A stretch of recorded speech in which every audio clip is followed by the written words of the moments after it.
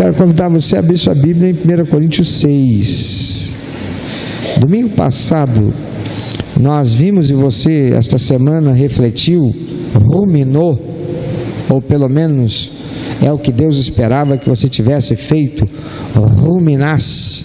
E ruminar é uma palavra que vem com R, bem gutural, porque é ruminar mesmo, é trazer de volta e mastigar novamente, de modo a que todos os nutrientes do alimento espiritual possam ser apreendidos, aproveitados e fazer parte do nosso metabolismo, nosso sistema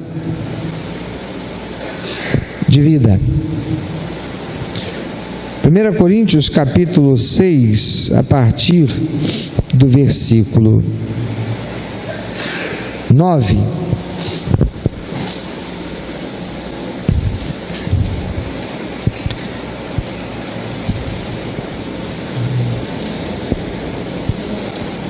Perdão, a partir do versículo 1, nós lemos domingo passado todo o capítulo 6 e nós vemos que houve um problema sério, eu estava vendo um problema sério naquela igreja, de irmãos contra irmãos. A igreja estava vivenciando uma realidade terrível, e até o verso 11, vamos ler novamente, diz assim: ousa algum de vós tendo uma queixa, verso 1, ousa algum de vós tendo uma queixa contra outro ir a juízo perante os injustos e não perante os santos? Ou não sabeis vós que os santos hão de julgar o mundo? Ora, se o mundo há de ser julgado por vós, sois porventura indignos de julgar as coisas mínimas? Não sabeis vós que havemos de julgar os anjos? Quanto mais as coisas pertencentes a esta vida. Então, se tiverdes negócio em juízo pertencentes a esta vida, constituís como juízes deles os que são de menos estima na igreja. Para vos envergonhar, eu digo: será que não há entre vós sequer um sábio que possa julgar entre os seus irmãos? Mas vai um irmão a juízo contra outro irmão, e isso perante incrédulos. Na verdade, já é uma completa derrota para vós o terdes demandas uns contra os outros. Por que não sofreis antes a injustiça? Por que não sofreis antes a fraude? Mas vós mesmos é que fazeis injustiça e defraudais, e isto há irmãos. Não sabeis que os injustos não herdarão o reino de Deus? Não vos enganeis, nem os devassos, nem os idólatras, nem os adúlteros, nem os efeminados, nem os sodomitas, nem os ladrões, nem os avarentos, nem os bêbados, nem os maldizentes, nem os roubadores herdarão o reino de Deus. E tais fostes alguns de vós, mas fostes lavados, mas fostes santificados, mas fostes justificados em nome do Senhor Jesus Cristo e no Espírito do nosso Deus. Lembremos a origem dos problemas da igreja de Corinto. Havia na igreja divisões, faccionismos. Isto gerou problemas de natureza doutrinário, que acabou descambando para problemas morais. Após chamar a atenção da igreja de Corinto por causa das divisões, do faccionismo, do espírito mundano, vaidoso, que estava causando dissensões, no capítulo 5, que nós já lemos e já estudamos, o apóstolo Paulo começa a tratar os problemas morais consequentes das divisões e desvios doutrinários que aquela igreja estava enfrentando. Veja que em questão de disciplina, Paulo instrui que, aspas, verso 4, diz assim, capítulo 5, em nome do Senhor Jesus Cristo. E daí para frente, ele vai dizer que a igreja exclua da comunhão aqueles que, aspas, dizendo-se irmão, seja imoral, avarento, idólatra, caluniador, alcoólatra ou ladrão. Diz mais o apóstolo Paulo no capítulo 5, versículo 11: Eu li o versículo 4, 10 e agora o 11, do capítulo 5. Ele diz mais, no verso 11 ele diz assim: com tais pessoas vocês nem devem comer. Verso 11 está aí, achou isso? O que significa isso? Não tenha comunhão com essas pessoas.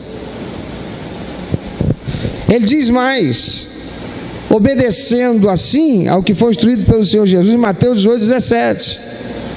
Ele diz: com tais pessoas vocês não devem nem comer. Porque lá em Mateus 18, versículo 17, Jesus diz: trata-o como pagão ou publicano. Por isso que lá em 2 Tessalonicenses 3,14, o apóstolo Paulo diz que é para não ter comunhão com a pessoa que é excluída da igreja, porque ela não quis andar em obediência à palavra. Seu testemunho desonra a Deus, razão pela qual a igreja a excluiu. Ou ela, não aceitando a disciplina, excluiu-se a si mesmo. Ou pediu sua exclusão, dá no mesmo.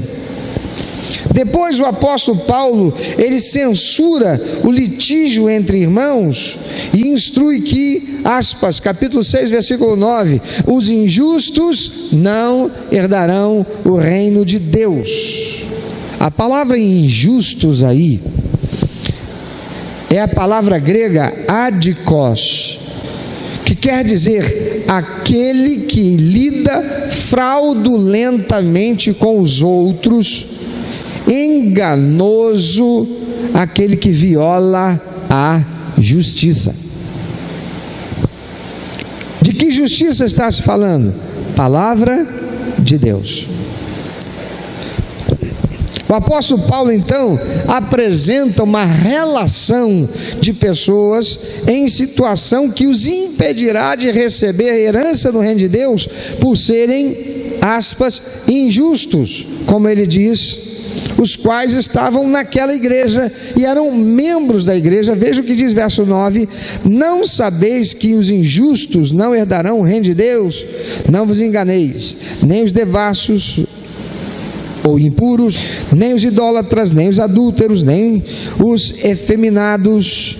Em outra versão está falando aí de modo um pouco diferente.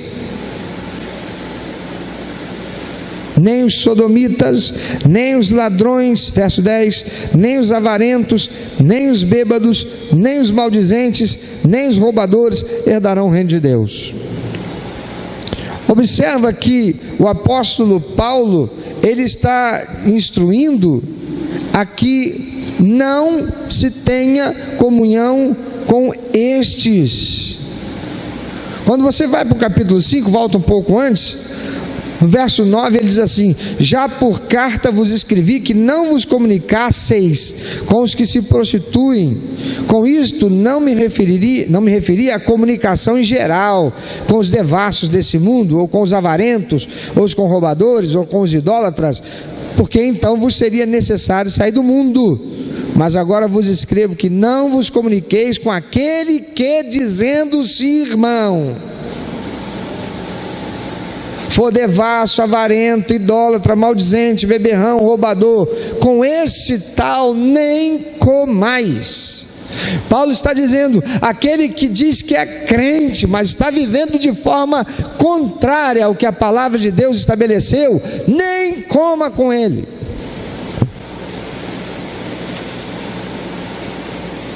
Não há margem aqui para a gente parar e pensar assim: ah, mas poxa, fulano é tão bonzinho, tão meu amigo. Mas a palavra de Deus diz não.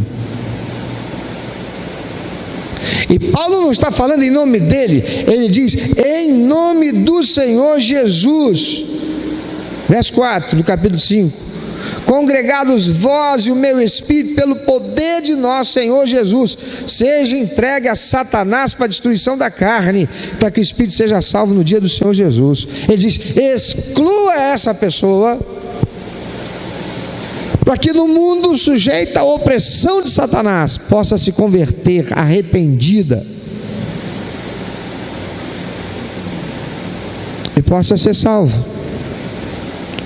Lá em Tessalonicenses capítulo 3, versículo 14, Paulo diz que essa pessoa se chama irmão em Cristo seja excluída da igreja, para que sinta vergonha pelo que fez, tendo perdido a comunhão com a igreja, e assim tem a possibilidade de se arrepender.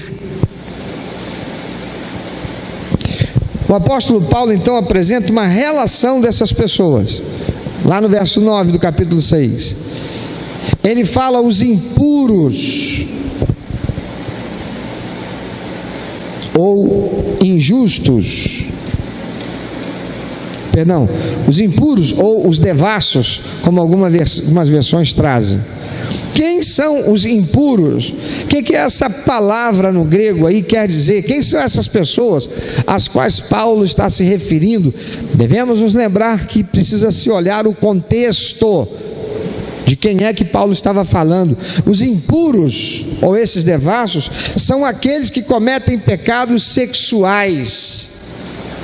E o que são pecados sexuais à luz da palavra de Deus? Sexo sem casamento, porque uma coisa é sexo fora do casamento. Sexo fora do casamento é adultério.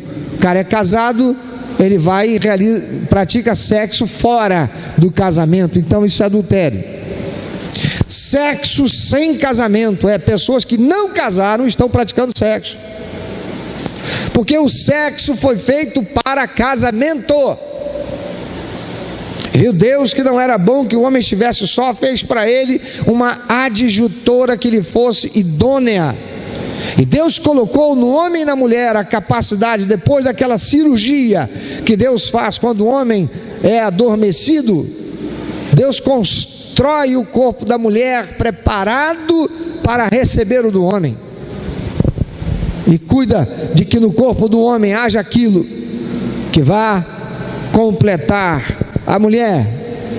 É casamento. Sexo fora de casamento é pecado. Sexo anal entre homem e mulher, mesmo casados. Por quê? Porque é antinatural. Tem gente que alega que sexo anal é prazeroso. Pastor, mas beijo na boca também é prazeroso. Língua não foi feito para ficar entrando na boca do outro, o outro chupando a língua do outro.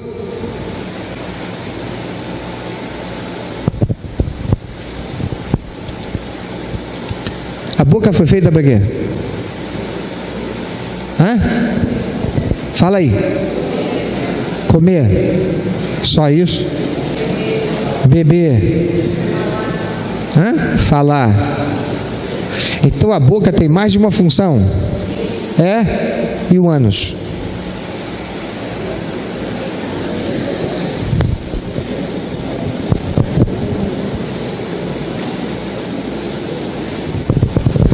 A boca tem um sistema sensorial que produz prazer pelo paladar, sim ou não? Então não é só comer, é também prazer ao sentir o sabor do alimento, não é isso? Então eu quero te perguntar, que aqui não tem criancinha, quando você fica excitado, você sente o que no ânus? Onde é que você sente alguma coisa? É na vagina ou no ânus? É no pênis ou é no ânus? Não há argumento nem fisiológico para justificar o sexo anal. Sexo anal é perversão. Pastor, mas eu já vi até cachorro procurando o ânus de um outro cachorro. Será que cachorro não sabe que não é uma cadela? Ele sabe. E por que está fazendo isso? Muito simples, meu querido. Está na palavra de Deus. Até a natureza está pervertida. Tem gente que julga o que eu vou dizer como uma coisa absurda, mas então ouça: quando os demônios pediram para sair daquele gadareno, pediram para ir para onde? Para porcos. Somente as pessoas ignorantes que não acreditam em Deus e não conhecem nada de Deus, se conhecem, pensam que conhecem, porque sabem algumas coisas superficiais de Deus, não sabem nada da profundidade do que é o mundo espiritual. Porque demônios que tomam corpo e alma e mente da pessoa, ocupam o corpo da pessoa. Se pode fazer isso com um ser racional, não pode fazer isso com um ser irracional?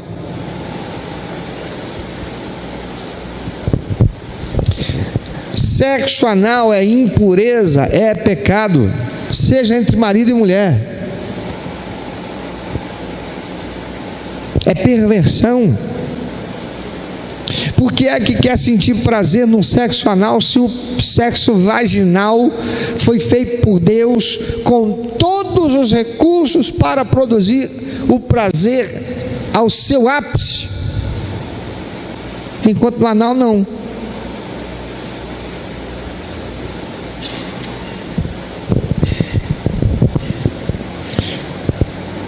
Sexo anal entre homem e mulher, mesmo casado. Bestialidade. O que é bestialidade? Sexo de um ser humano com um animal. Namoro com intimidade sexual. Não é coito, não é penetração, é intimidade sexual.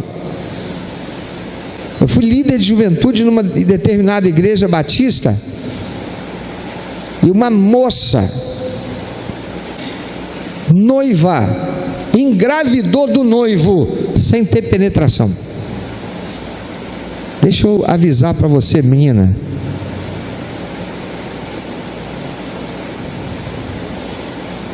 carro na porta da garagem, se o tanque vazar,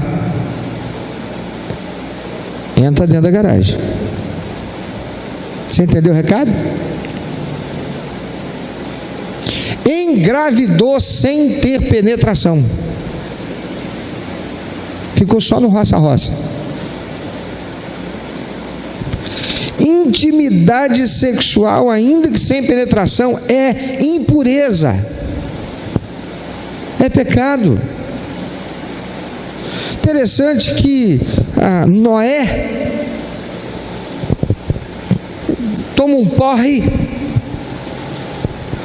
Aí vem seus dois, um dos filhos vai lá e diz: vem cá, alô papai, peladão, peladão. Diz a palavra de Deus que o filho dele viu e ficou zoando.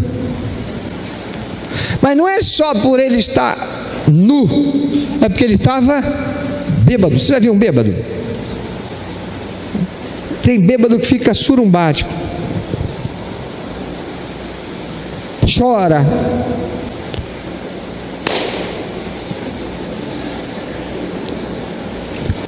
tem bêbado que ri.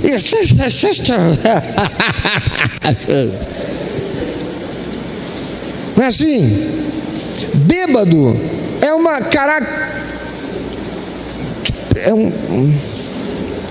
caractura, não, foi esquecido essa palavra. Não. É uma caricatura, obrigado irmão, faltou uri. É uma caricatura, zombada por muitos humoristas, inclusive, tanto numa função, como num jeito, quanto no outro. O filho vai lá e zomba do pai daquela condição, ainda chama o irmão, envergonha o pai. Deus faz o quê? Coloca um peso de maldição sobre ele e a sua descendência, por causa daquela descompostura, daquele desrespeito, sabe?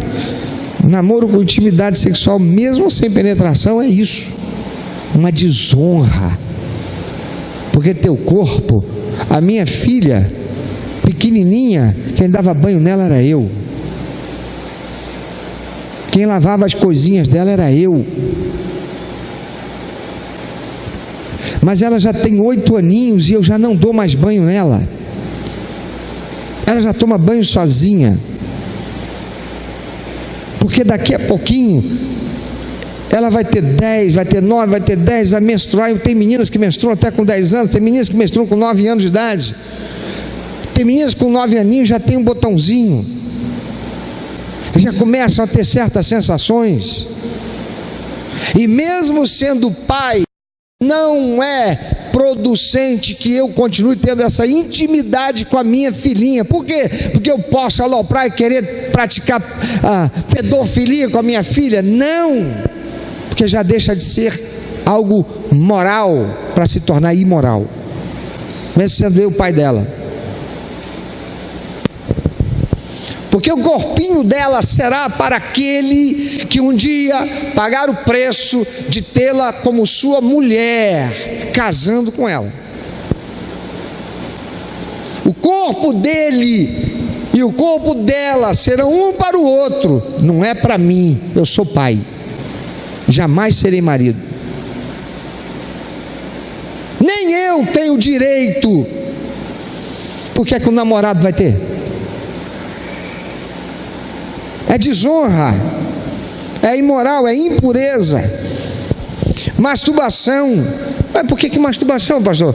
Porque masturbação é um ato solitário de autossatisfação. Quem é que pode ser autossuficiente? É dizer para Deus: o que o Senhor fez não precisava. Por quê? Porque Adão estava lá e ele podia resolver por si mesmo, não precisava de ter a mulher.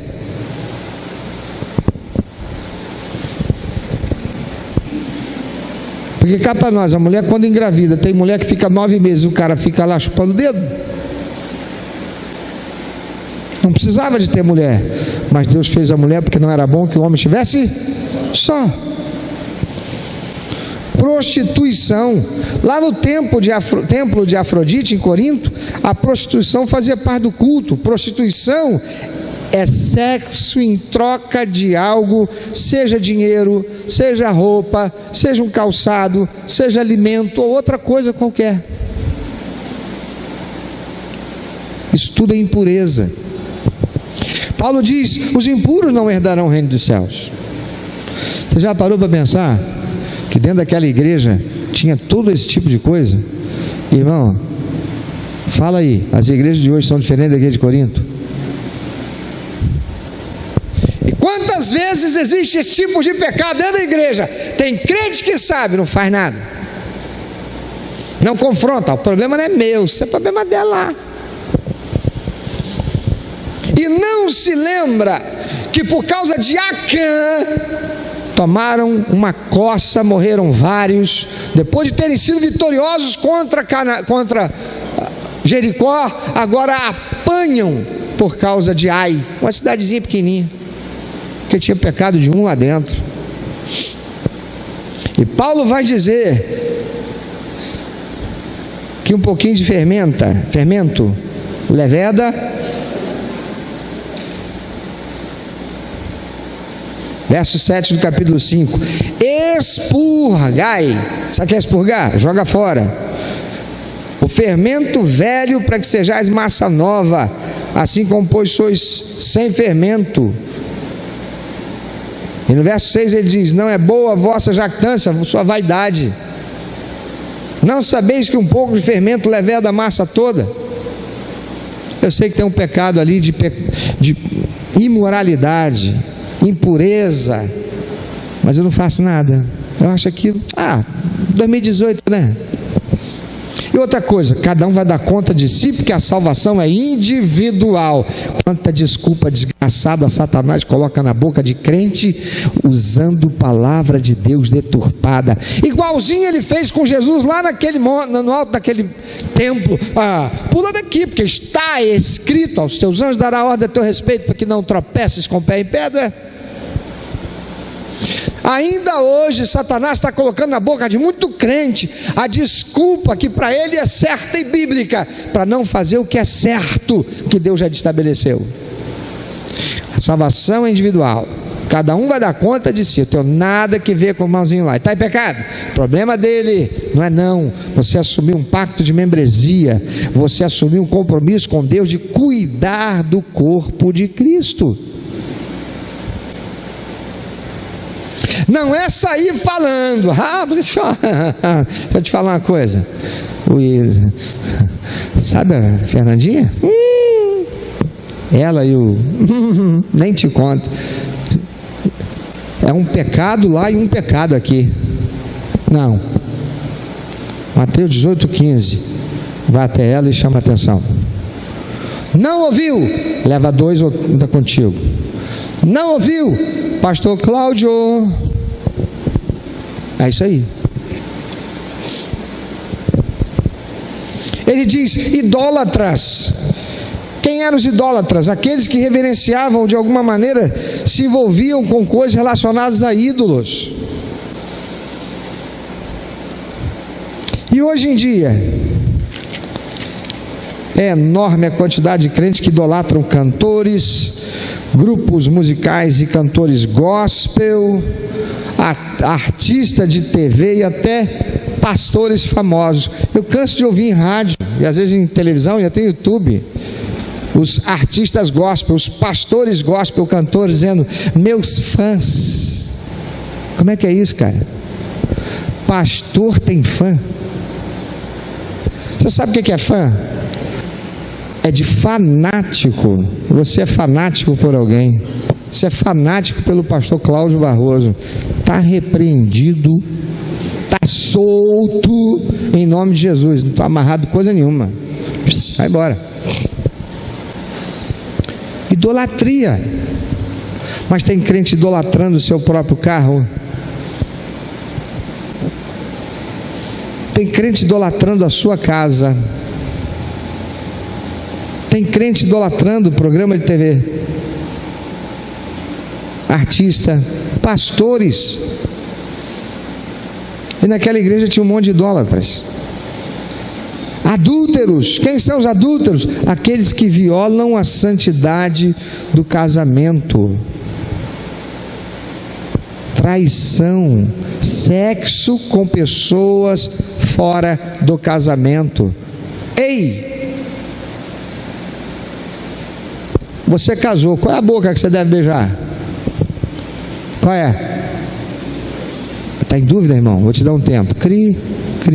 Você casou, qual é a boca que você deve beijar? Do cônjuge? Aí tu vai beijar a boca da outra lá fora. Isso é o quê? Não, mas não teve sexo. Precisa ter sexo? Não é o adultério que justifica agora cri para mim, o divórcio, porque não é esse o adultério que Jesus disse que justifica o divórcio, mas é tanto adultério quanto o que Jesus disse, porque ainda que olhou e desejou, planejou, sonhou aquela pessoa nua e já praticou o pecado do sexo, do adultério. Foi isso que Jesus disse? Então, e se além de planejar, pensar, sonhar, ainda chegar lá às vias de fato do beijo, do amasso? É o quê? Ele diz: não vai entrar no reino do céu. E os efeminados e os sodomitas, quem são? Os homossexuais ativos e passivos. Pode a teologia inclusiva, que já levou pastores da Convenção Batista Brasileira a se corromperem, ou porque são adeptos, ou porque nunca tiveram chamado, de qualquer forma nunca teve chamado verdadeiro para ser um homem de Deus. Porque um homem de Deus, chamado, vocacionado por Deus, nunca concordaria jamais faria a leitura do texto bíblico colocando palavras na boca de Deus. Não tem para onde correr. Pode escrever a Bíblia segundo a teologia inclusiva, e eu tenho ela. Comprei, já trouxe aqui para vocês verem. É forçar o texto para justificar atitudes pecaminosas. É dizer a respeito do homossexualismo a mesma coisa para o vício das drogas, o vício do álcool ou qualquer vício. Porque o que a ciência diz? É uma doença. Para quê? Para o álcool, para as drogas, não é? Mas também já disse para o homossexualismo. Retirou por quê? Porque muita gente grande lá na ONU e fora dela conseguiram tirar de lá como doença. E a psicologia no Brasil, Conselho Federal de Psicologia, não aceita que qualquer psicólogo, crendo na palavra de Deus, possa usar como meio terapêutico a verdade para colocar em libertação aquele que está no desvio de conduta chamado homossexualismo. Mas é o que a palavra de Deus diz. Também ele fala: ladrões não entrarão no reino dos céus. Quem são os ladrões? Aqueles que não cuidavam em instruir, mas abusavam da confiança daqueles com quem se relacionavam para o seu próprio interesse. Eram pessoas defraudadoras que, aspas, enfeitiçavam com maledicência, fofoca ou outro artifício de modo a obterem o apoio daqueles que se tornavam seus partidários dentro da igreja, para fazerem o que interessava àqueles. Eram os líderes de grupinho, de panelinha. Eram ladrões. Essa palavra ladrão aqui não é aquele que vai ali e pega a carteira do outro, não. Não é nesse contexto. Lembra que aquela igreja estava cheia de problema por causa de partidarismos. Estavam cheias de personalismos, em grupinhos, em panelinhas, em faccionismo. E aquele que vai ali e tira a carteira do outro para si, ele é ladrão. É, não é? Mas é aquele que vai ali e faz a cabeça daquele para tirar dele o respeito dela, para tirar dele a submissão que ela deve ter a ele. Isso é o quê? Tira dele para colocar em mim. Isso é o quê? É roubo. Paulo diz: não vão entrar no reino do céu. Paulo fala: os avarentos não entrarão no reino de Deus. Avareza, irmãos, é o apego extremo às coisas materiais, ao dinheiro. A maior preocupação do avarento é juntar dinheiro. Crentes que têm como principal objetivo na sua vida enriquecer para si e não para servir a Deus, são avarentos. Não dispõem daquilo que Deus lhes deu capacidade para obter, para servir os propósitos dele e do seu reino, servindo aos outros e servindo a igreja. Tem crente que é avarento em relação ao seu tempo. O tempo é dele, não é de Deus. Usam-no para estudar, visando um concurso para um emprego melhor, para passar num concurso, para constituir uma realidade de vida financeira melhor, e não tem tempo para servir a Deus e ao próximo. É também aquele que cobiça o que os outros têm. E tem crente em muitas igrejas aí que são cobiçosos. Olha para a roupa da irmã e diz assim: que isso, hein? Que lindo! Mas está longe de ser mero elogio. É a chamada inveja. A inveja é cobiça. Cobiça é ter o que o outro tem.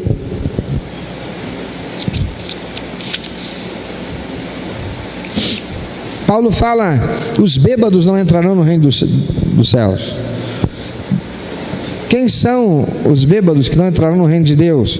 São pessoas que se submetem aos espíritos de vício e perdem o controle das suas faculdades morais. Mas também, metaforicamente, são aqueles que se deixam embriagar pela dissolução, maledicência ou fofoca, fazendo aquilo que denigre a sua imagem, andando cambaleantes, ora na palavra de Deus, ora no pecado, e promovendo a quebradeira dentro da igreja, desonrando o Espírito Santo. Como é que fica o embriagado quando entra no lugar? Ele sai esbarrando tudo, quebrando tudo, tirando tudo do lugar, provocando a desordem. O que estava acontecendo dentro da igreja de Corinto? Desordem. Ele diz: os bêbados não entrarão no reino de Deus. Ele fala os maldizentes. Quem são os maldizentes que não entrarão no reino de Deus? Aqueles que causam injúria ao seu próximo. São os maledicentes, aquele que fala mal do seu próximo. Eu já te ensinei e vou ensinar de novo. Vem cá, filho. Vem cá, Sérgio. A diferença de maledicente para o fofoqueiro. Aqui está um maledicente. Tem cara, né? Tem não. Aqui está uma fofoqueira. Eu sou o alvo da maledicência e da fofoca. Eu tive uma situação qualquer com ele, ou ele viu alguma coisa em mim que ele não gostou. Ele não gostou do corte do meu cabelo. Ele acha que eu falo muito assim ou assado. Aí o que ele faz? Ele, maledicente, fala mal de mim para ela. Ele fala mal de mim para ela. Ele é maledicente. Vem cá, filho. Você tem cara de fofoqueiro também. Vem cá. Tá bom. Ela ouviu a maledicência dele e ela vai falar para ele o que ouviu desse. O que ela está fazendo? O que esse aqui fez? O que ela fez? Esse aqui fez o quê? Ela fez o quê? Ela é fofoqueira porque falou de mim do que ouviu dele. Por que ele é maledicente? Ele não ouviu de ninguém, ele está falando direto de mim para ela. Ele fala mal de mim para ela. Ela compra o peixe podre dele e passa para o outro. Ela é o quê? Ela é o quê? Ele é o quê? Ficou bem claro isso? Obrigado. Os maldizentes não entrarão no reino de Deus, seja o maledicente ou o fofoqueiro, porque todos dois cometem o pecado de feitiçaria. Qual é o propósito dele em produzir maledicência contra mim, para ela? Enfeitiçá-la, para que ela pense o mesmo que ele pensa de mim. Qual o propósito dela de fazer fofoca de mim, daquilo que ouviu dele, o maledicente? Fazer com que o outro também se torne conivente, pensando de mim aquilo que o maledicente produziu. E não existe maledicência se não houver quem seja fofoqueiro. Por que não? Porque se ela, ouvindo a maledicência dele, chegasse para ele: pode parar.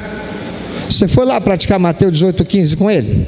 Não? Então nem continue, irmão, porque eu não vou ser cúmplice do seu pecado. Vá lá, pratique Mateus 18:15 com ele. E se você precisar de praticar Mateus 18:16, eu vou estar aqui à sua disposição. Fora isso, não fala nada comigo não. Ela dá a chamada nele na hora e não deixa prosperar o pecado. Maledicentes e fofoqueiros não entrarão no reino de Deus. Paulo diz isso. Também os roubadores. Opa, mas já não falou ladrão lá em cima? Não é a mesma coisa. Os roubadores são aqueles que tomavam o que não era seu e não só prevaleciam sobre seus irmãos, mas também sobre a igreja, deixando de dizimar. O roubador é aquele que vai ali e pega o que não é dele para usar para ele.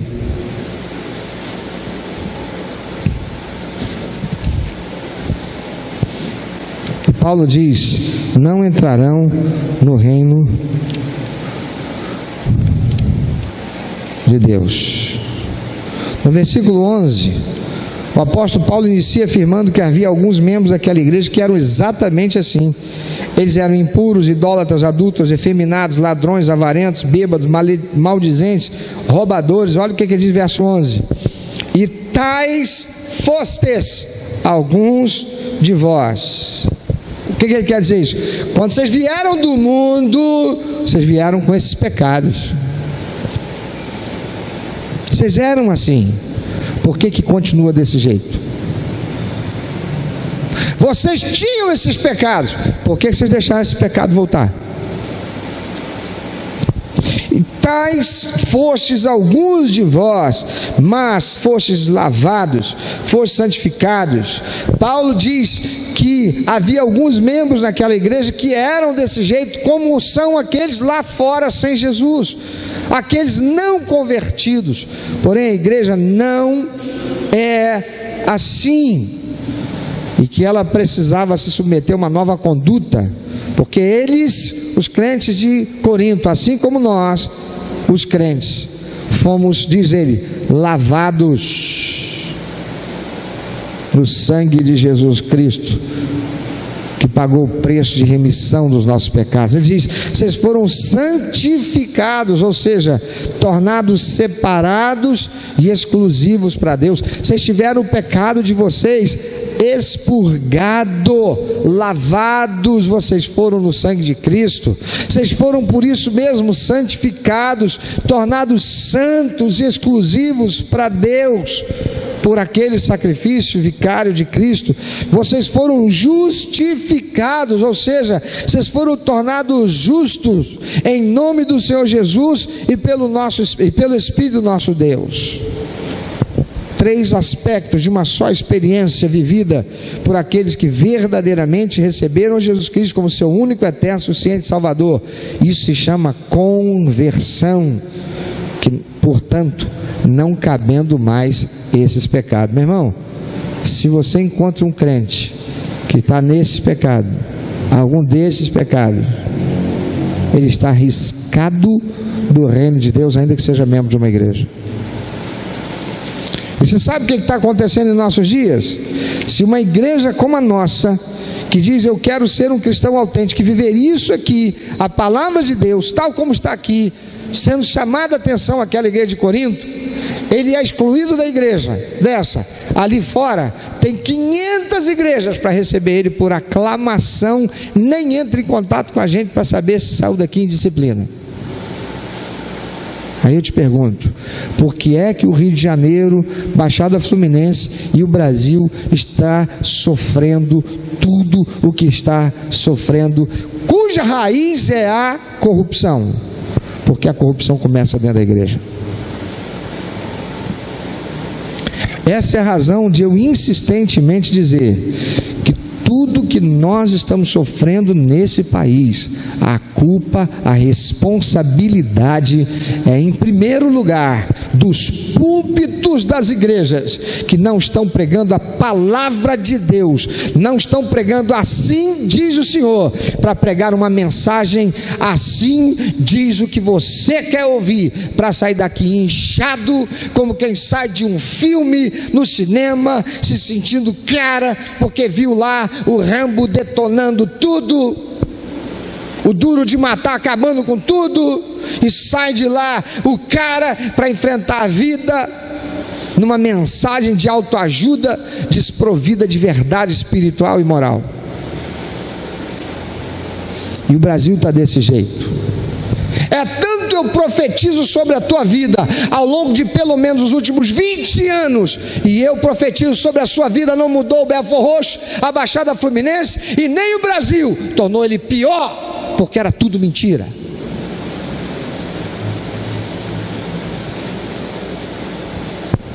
Ou pelo menos a maioria. E nós estamos vivendo isso daí. Ao invés de voltar para a palavra de Deus, os crentes estão querendo ouvir aquilo que dá comichão nos seus ouvidos. Não querem aceitar ser disciplinado quando está errado. Aplaudem. Isso aí, pastor, disciplina mesmo porque está em pecado. Mas quando o pecador sou eu, não aceito a disciplina. E sabe que vai sair daqui, vai chegar ali, vai encontrar 500 igrejas para receber, e com espaço para trabalhar e fazer coisas extraordinárias, em nome de Deus, que Deus não está recebendo. Com os aplausos da eclésia, a igreja. Que igreja? Pode a igreja aplaudir como for, porque está desligado da comunhão no céu. Mateus 18 e 20. Irmão, o que a gente quer? A gente quer dias melhores. Então dias melhores tem o quê? Preço. E o preço é viver em santidade. A igreja de Corinto estava vivendo tudo aquilo, cheia de dons, recursos materiais, dons espirituais, mas inócua. Não fazia diferença, sendo motivo para escândalo e entristecendo o coração de Deus, esvaziada do poder de Deus. Meu irmão, você pode fazer muita coisa social para o bem das pessoas, e lamentavelmente nos últimos 20 anos o que tem de igreja vivendo o evangelho social não está no gibi. Já na década de 90, num concílio, um movimento evangelical acontecido lá em Lausanne, na Suíça, criou-se o Pacto de Lausanne. Lindo, uma coisa linda, em que as igrejas deveriam olhar o ser humano com um olhar holístico, olhar o ser humano na sua integralidade, uma visão muito boa. Mas o que entrou por aí? O pecado. Que pecado? Esvaziado da visão de Deus de ser igreja, para se tornar uma igreja social. É por isso que hoje tem pastor, cantor famoso e outros por aí que estão andando de mãos dadas, levando a igreja e até a igreja batista a andar de mãos dadas com o espiritismo, com a macumba, com a feitiçaria. Por quê? Porque é o evangelho social. O projeto Gerando Futuro pode acabar, a igreja não. O projeto Gerando Futuro não é o mais importante dessa igreja. O mais importante dessa igreja é o que está na missão. O que está na missão? Trazer pessoas para Jesus. O que mais? Torná-las membros integrados na família da igreja, desta igreja, ajudando-os a desenvolver maturidade para tornar esses discípulos frutíferos de Cristo, capacitando para o ministério, de modo a glorificar a Deus. Não é ir lá alimentar o pobre, dar roupa para ele, dar curso de capacitação para ele ter condição de superar a dificuldade de entrar no mercado de trabalho. Isso não é o papel principal da igreja de Cristo. O papel principal da igreja de Cristo não é dar a cesta básica, não é o cheque cidadão, não é a minha casa, minha vida. Sabe o que é? É Jesus que transforma, é Ele que liberta. E uma vez liberto do pecado, aquilo que Ele faz dá alegria ao coração do Pai? vai receber a força e o poder que vem de Deus para vencer aquele que está dominando esse mundo, que é o diabo, aquele que está administrando e controlando as riquezas materiais que pertencem a Deus e que só vão sair da mão do diabo para a mão dele, porque agora ele é um cristão, um crente, alguém que dá prazer ao coração de Deus, alguém que tem compromisso com Deus, alguém que passou a viver não para si, para ser satisfeito por ele, mas para dar prazer ao coração dele. Faz toda a diferença. Pode fechar o projeto Gerando Futuro amanhã. E se cada um dos irmãos que são voluntários e servem no ministério do projeto Gerando Futuro desse a parte do tempo que tem para bater na porta de alguém e falar de Jesus, é isso que é a missão que você deve cumprir, muito mais de você vir para cá e dar seu tempo para o projeto Gerando Futuro, que tem importância, mas não é o mais importante. Se você sai da sua casa e vem para servir o projeto Gerando Futuro, mas não bate na porta de ninguém, não tem nenhuma ação efetiva para trazer pessoas para Jesus, você é uma fraude. Porque você disse: eu estou comprometido em ser um cristão autêntico, que traz pessoas para Jesus. Esse é o alvo, esse é o objetivo. Você é membro de um grupo pequeno. Cadê a cadeira vazia? Está vazia lá? Quantos trabalharam para trazer alguém para Jesus? Eu quero te perguntar: se a primeira igreja batista de Belfort Roxo hoje pegasse ali e escrevesse Igreja Batista de Corinto, será que faria diferença? Ou nós temos muita semelhança com aquela igreja hoje? Pensa sobre isso.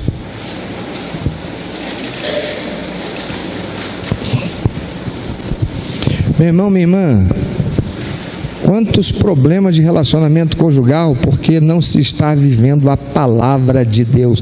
Tem muita arrogância, muita prepotência, muita vaidade, muito eu,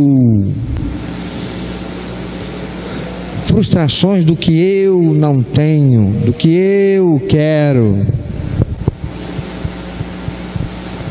Quando a palavra de Deus manda a gente se sujeitar uns aos outros em amor.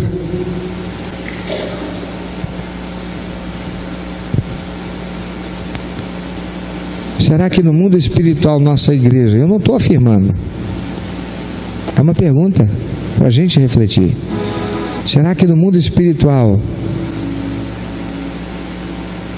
eu seria considerado um cristão membro da igreja de Corinto?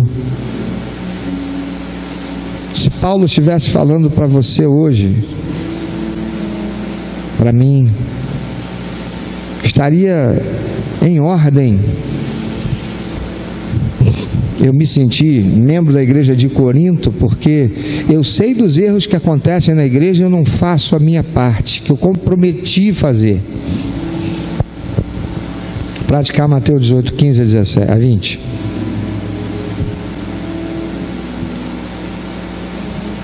Porque eu tenho certas inclinações para o erro, mas como não tem ninguém me chamando a atenção, o pastor prega, mas passa por um ouvido e vaza para o outro. Enquanto isso eu vou me degladiando com a realidade. Eu saio na rua, não tenho segurança pública, meus filhos não estudam numa escola digna, minha rua não é calçada, saneamento básico não passa na minha porta, o traficante ou miliciano é quem manda lá.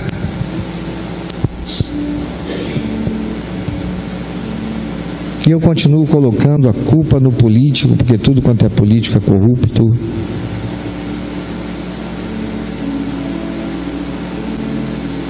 Dias melhores têm preço. E nós precisamos olhar para o passado e olhar para a palavra de Deus e perguntar para Deus. E não precisa nem perguntar para Deus, é olhar e dizer: meu Deus, eu não estou em tudo isso aqui, mas tem umas coisinhas aqui que bem poderia me chamar membro da igreja de Corinto.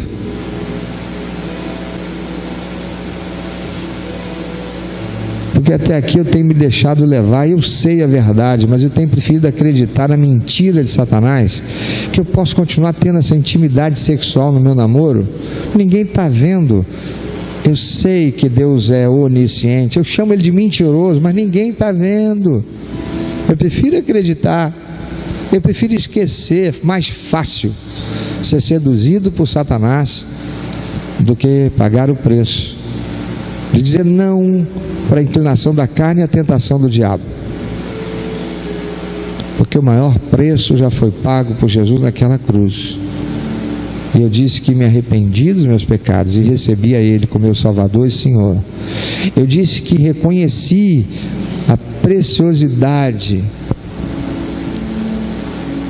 o quão precioso foi para Deus o sacrifício e o quanto foi para mim, que não podia ser salvo, que ia morrer e ir para o inferno, e que recebi o sangue de Jesus sobre mim, me lavando e me purificando de todo pecado. Mas eu tenho envergonhado o Senhor, porque eu vou para o Facebook, eu continuo me relacionando com as pessoas que saíram errado, dessa igreja e de outras. Eu continuo corrompendo a santidade, a autoridade do ministério santo, porque eu não tenho andado pela verdade da palavra. Eu ando pelo eu acho, pelo que eu creio, à luz do meu sentimento, e não da crítica pela palavra de Deus.